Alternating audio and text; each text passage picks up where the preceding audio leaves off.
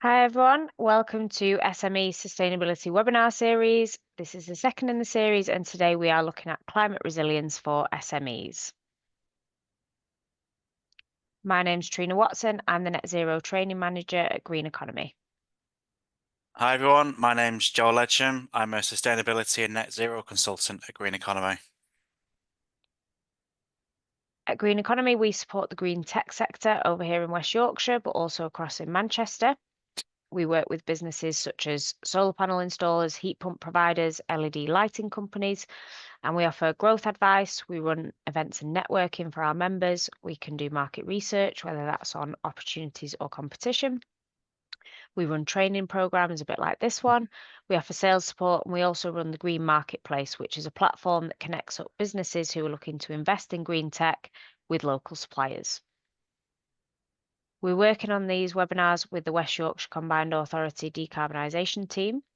They also run training programs like this one. They can offer circular economy support, so they can help you with reducing and repurposing waste. They can come out to your site and do an efficiency review and help you identify opportunities to save money on energy and other resource costs. They offer funding, some of which will be covered in this webinar. They can help you with compliance support, and they can also help you measure your carbon footprint so you can get a better understanding of your environmental impact as a business. To be eligible for any of this support, you need to have a trading address in one of the following council areas: Bradford, Calderdale, Kirklees, Leeds, or Wakefield. And you also need to be an SME. If you've got any questions on eligibility for this, feel free to get in touch with the team after the webinar, and they'd be very happy to help. Thanks, Trina. So during this webinar, we're going to be talking about climate resilience. So the first question that we need to ask is, why do businesses need to start thinking about climate resilience? So as climate change gets worse, we're going to start seeing more events such as supply chain disruption, extreme weather events, threats to workforce health and safety, and increasing insurance risks. So in this session, we're going to look at the first two: supply chain disruption and extreme weather events. So risk in the supply chain. There are many ways your supply chain could be disrupted as a result of climate change or climate change-induced events. First of these could be a wildfire. So this is an unplanned, uncontrolled, and unpredictable fire across an area of combustible vegetation. These are made a lot more likely during periods of extreme heat, where vegetation dries out. This can block transport routes and threaten factories and suppliers. A second such event could be a flood, so an overflow of a large amount of water beyond its normal limits. Again, this can block transport routes and threaten factories and suppliers, and is caused by extreme rainfall and sea level rises. Finally, extreme heat and increased flooding can significantly impact the resilience of key infrastructure such as roads, bridges, and the rail network. UK heatwaves cause concerns about the warping and buckling of train tracks. So in the UK, train tracks are designed to withhold temperatures of up to 46 degrees before they start to warp. This corresponds to an air temperature of 30 degrees. So anything above this, then the integrity of the tracks can be questionable, and this causes delays to travel and transportation of supplies.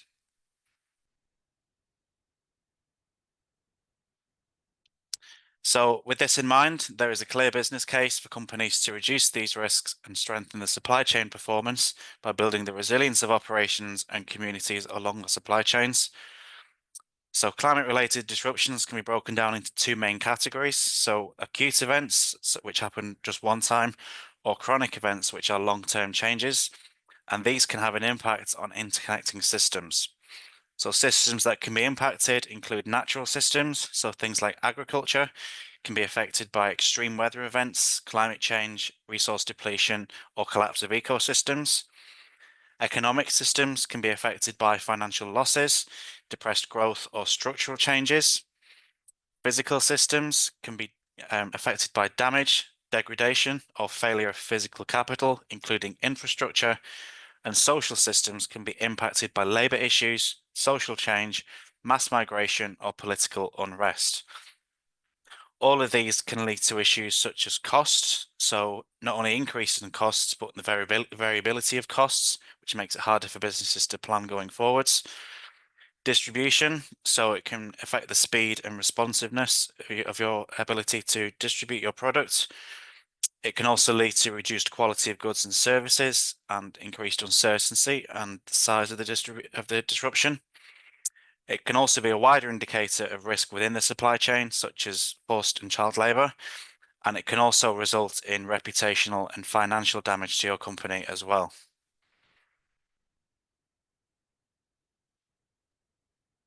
So here are a few headlines of climate-related disruptions to the supply chain taken from the recent media.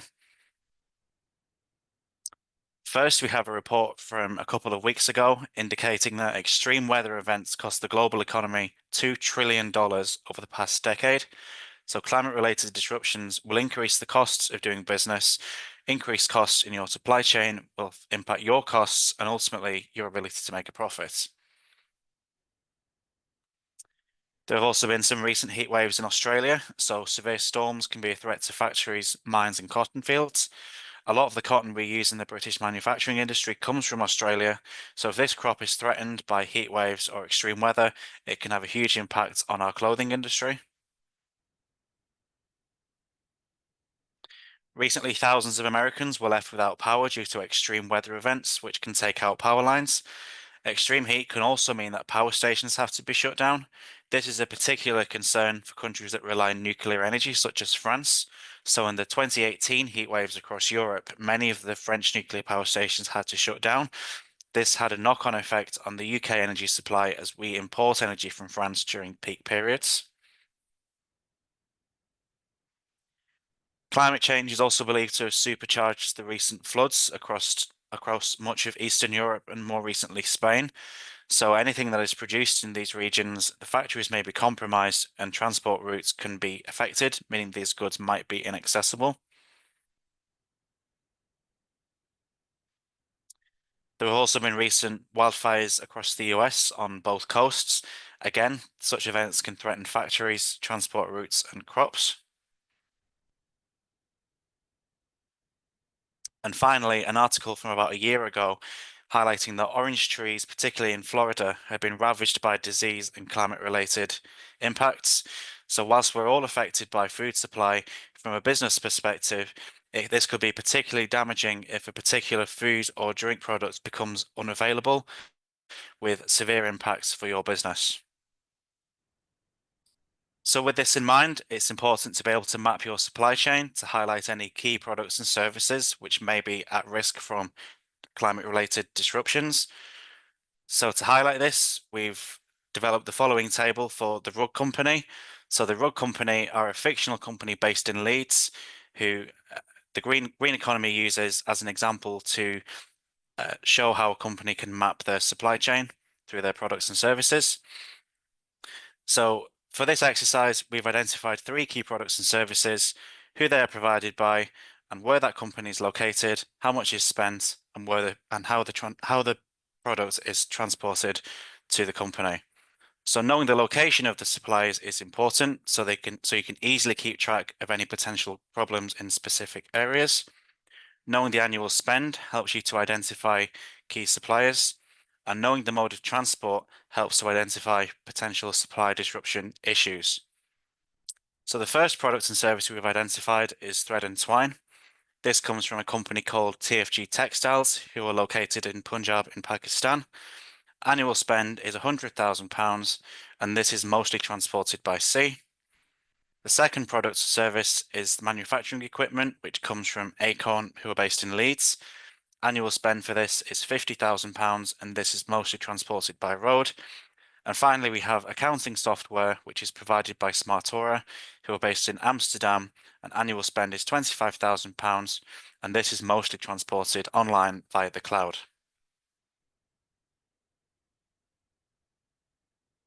So once you've identified your key products and services, you can then move on to highlight the different risk factors to create a risk register. So for this exercise, you then allocate each product and service with a location score, a transport score, and a level of impact. So the location score highlights how vulnerable the product start location is to climate disruption, so the frequency of heat waves, likely wildfires or flooding. The transport score indicates how likely the transportation of the product or service is to be disrupted on its way to your business. And the level of impact is to assess how bad it would be for your business if you could no longer get this product or service. Each of these is given a score out of 5, so 0 is no risk, 5 is high risk, and they are added up to give a total out of 15, where 0 to 5 is low risk, 6 to 10 is medium risk, and 11 to 15 is high risk. So again, working through the rug company's products and services, first we have thread and twine, which comes from Punjab in Pakistan with £100,000 transported by sea. We've given this a location score of 4, as Punjab is quite high risk for events such as flooding and wildfires. Transport score we've given as 4, as again, this is quite likely to be disrupted by climate-related events. And the level of impact we've also given as 4, as it would have a very severe impact on the business if this was no longer available. This gives a total of 12, so this is a high-risk product and service. Secondly, we have manufacturing equipment, which comes from Acorn in Leeds. For the location score, we've given this a score of 2, as it's relatively low risk, as Leeds is not as prone to extreme weather events. Transport score, we've given as 1, again, because the transport route is quite low risk for climate-related disruption as it travels by road. And level of impact, we've given us 4, as it's still quite a key product and service for our company, and not being able to access this would have quite a severe effect. So the total here is 7, so this is a medium risk product and service. Finally, we have accounting software from Smartora in Amsterdam, transported by the cloud. Location score is 1, as Amsterdam is relatively low risk for climate-related disruption. Transport score is 1, again, as this is transported online by the cloud, it's relatively low risk for climate disruption. And level of impact is 3, as this would have a medium impact on the business if this were no longer available. This gives a total score of 5, so is a low risk product and service. So once you've calculated the total risk, the total for each product or service, high risk products and services should be the first thing you look at when making a mitigation plan. With this in mind, we'd invite you to take 5 to 10 minutes to have a think about your own supply chain and the risk of products and services within that. So we'd like you to think about which of your products and services is most at risk from climate-related disruption. In particular, we'd like you to think about your key products and suppliers and the following questions. Where are they located? How do they get to you? And how do the products and services you provide get to your customers? So we'll give you 5 to 10 minutes to have a think about this, and then we'll move on to the next section.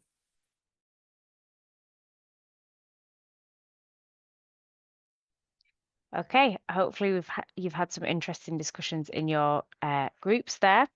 For the second section of the webinar, we're going to look at extreme weather.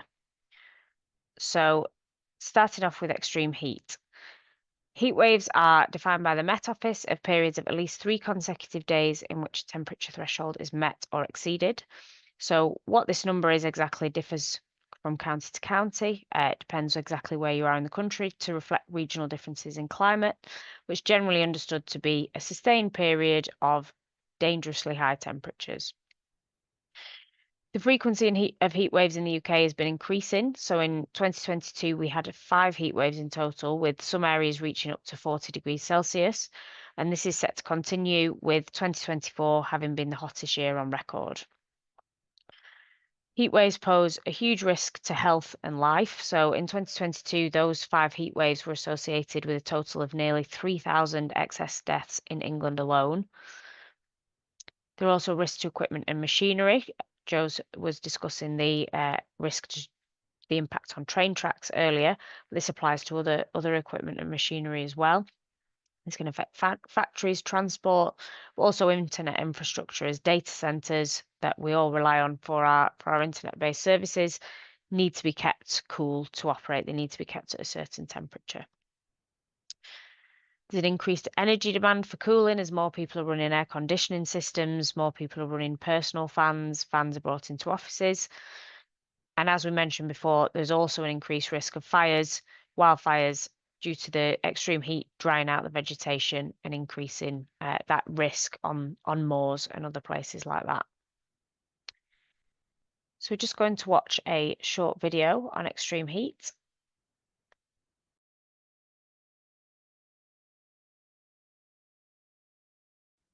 So what can we do about extreme heat? One of the first things that you can look at is installing cooling technologies on your site, in your office, or perhaps speaking to your landlord about installing cooling technologies.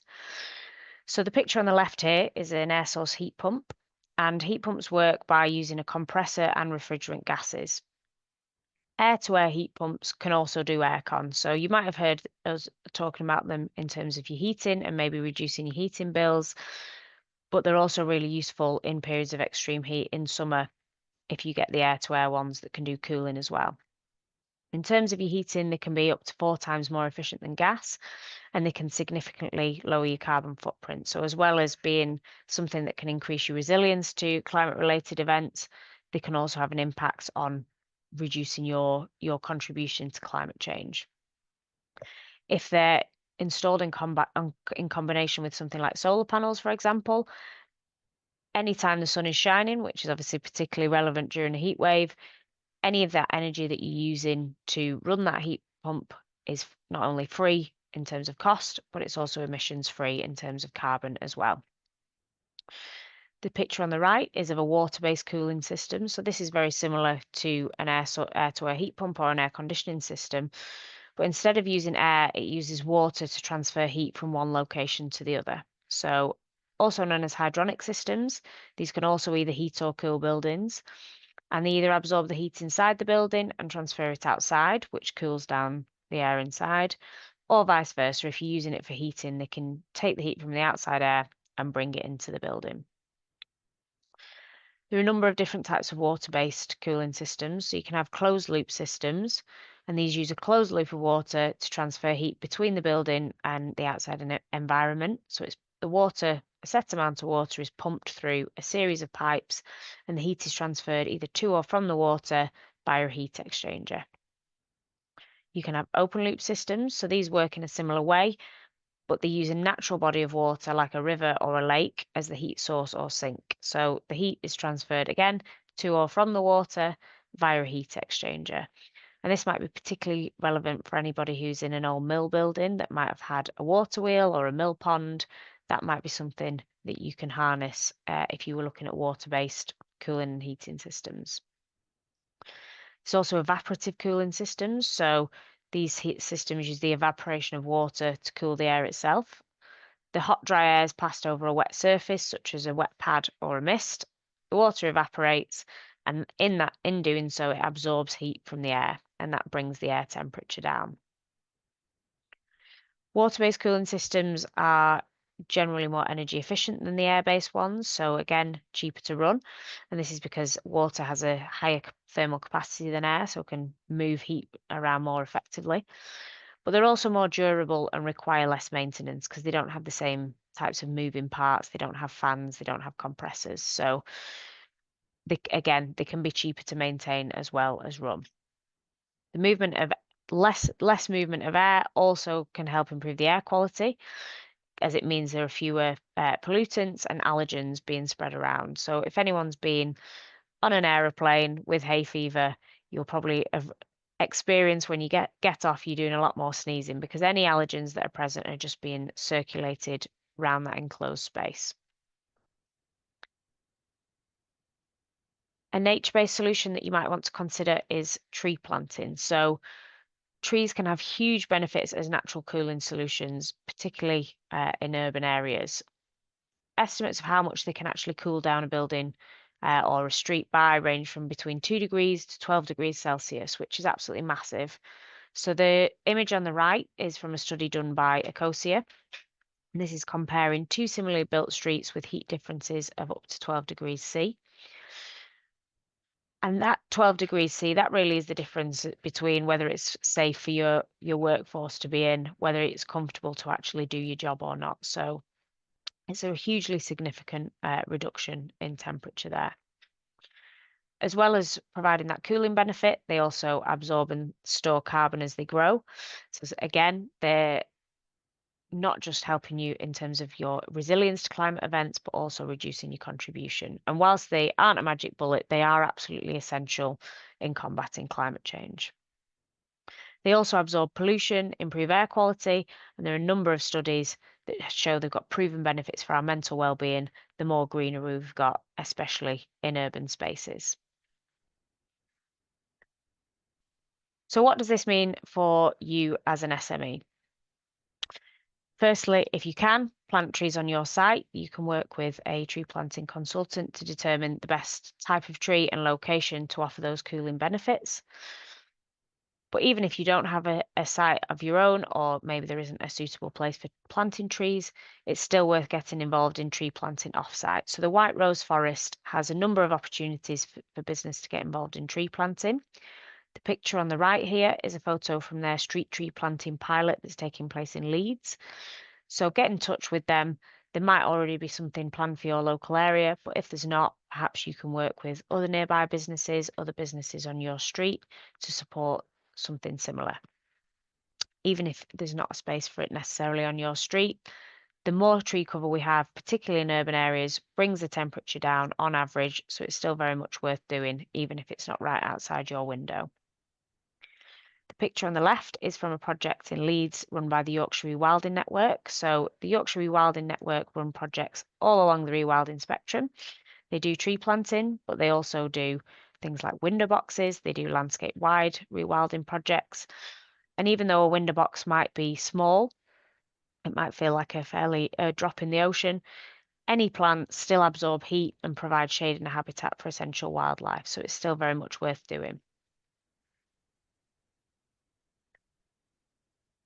The other extreme weather event that's most likely to affect you over here in West Yorkshire is flooding. So there are 4 main types of flooding. First one is river flooding, and this is when a river can't cope with the amount of water entering it and it overflows its banks. The second is surface water flooding. So this is when there's been heavy rainfall onto already saturated or compacted ground, or maybe other hard surfaces, and the water just pools or collects on the surface and collects in lower areas. Third is drain and sewer flooding. So following heavy rain, when drains have become blocked, then they start overflowing, or they might have just become full of water due to other flooding events as well.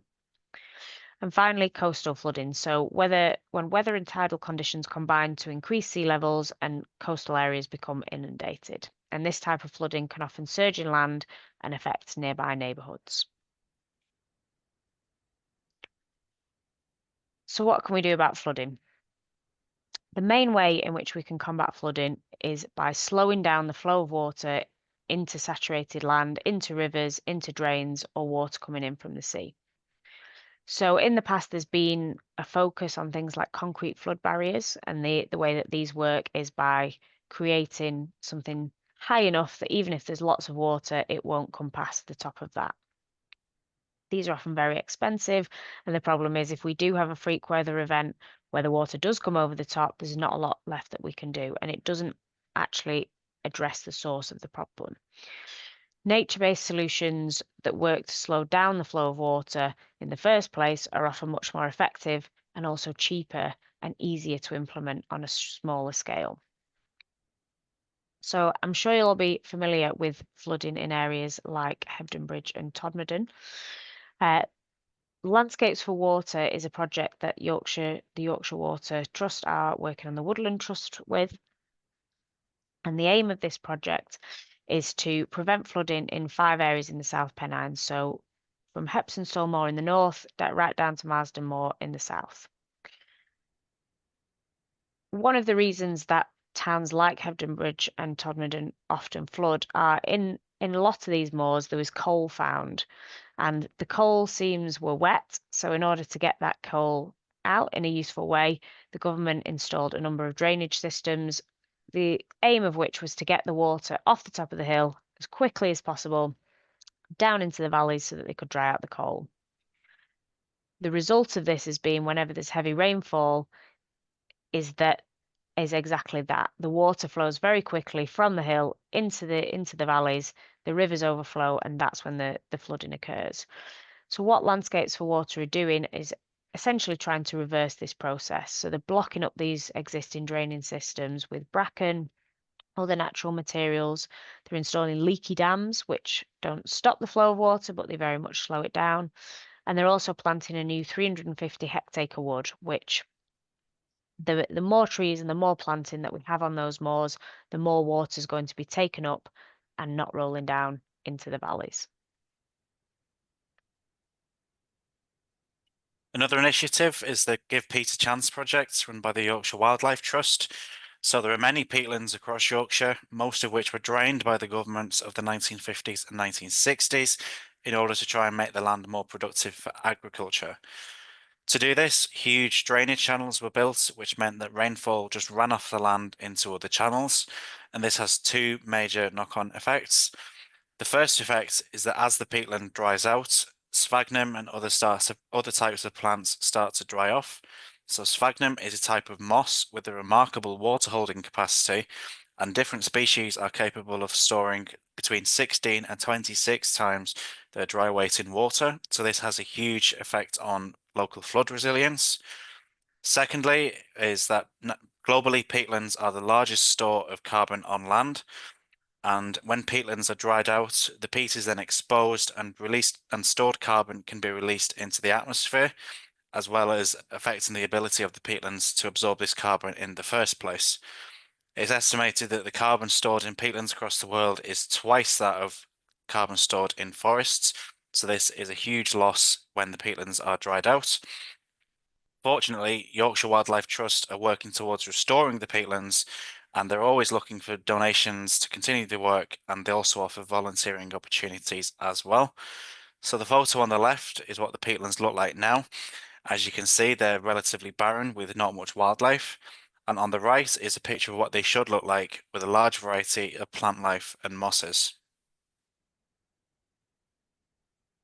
So two really good projects there that you could potentially get involved in to increase flood resilience in your local area.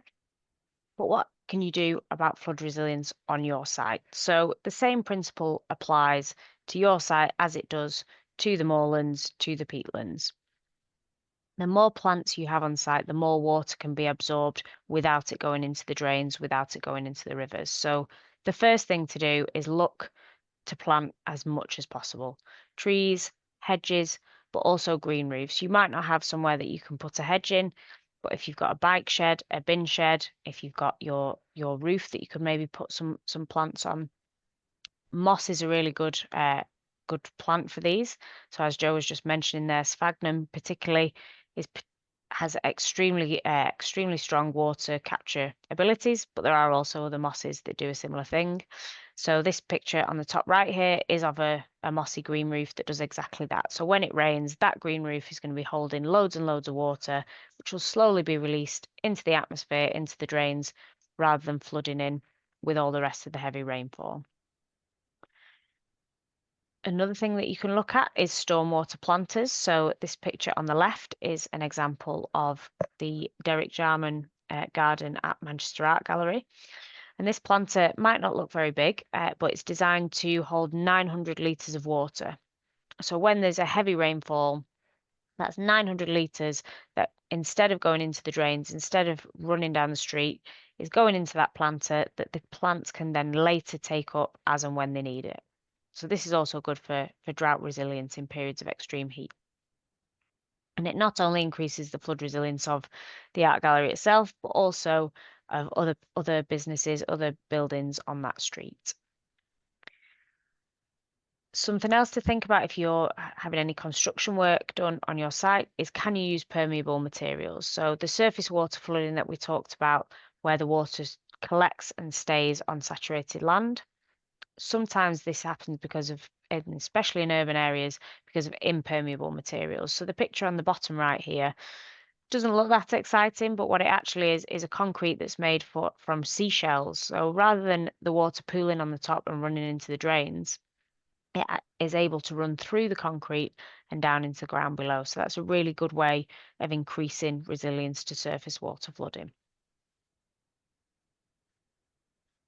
West Yorkshire Combined Authority have a grant that can support you with all of this. So if your business is in a high flood risk area, which you can find out on the .gov website, or if you have experience of flooding recently, you can apply for this grant.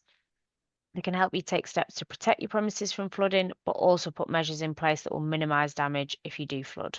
So this support comes in 2 steps. The first one is a flood resilience survey. You apply for a voucher which covers 50% of the survey value. And the second step is implementing the flood resilience measures that are recommended in the survey. So anything that this survey has suggested would be useful to your business, you can apply for a grant to put those in place after the survey. So we'd like to invite you to have another discussion here. So take 5 to 10 minutes in small groups. Could these solutions work for your SME? So think about extreme heat, but also in events of flooding. Some of the things that we've talked about. Do you have an existing plan for extreme weather events? Is there anything that we've mentioned here that you could do on site? If you don't own your site, or maybe if you are just a small organisation on a street, could you work with your neighbours or other tenants to implement some of these ideas to increase your resilience to extreme weather events?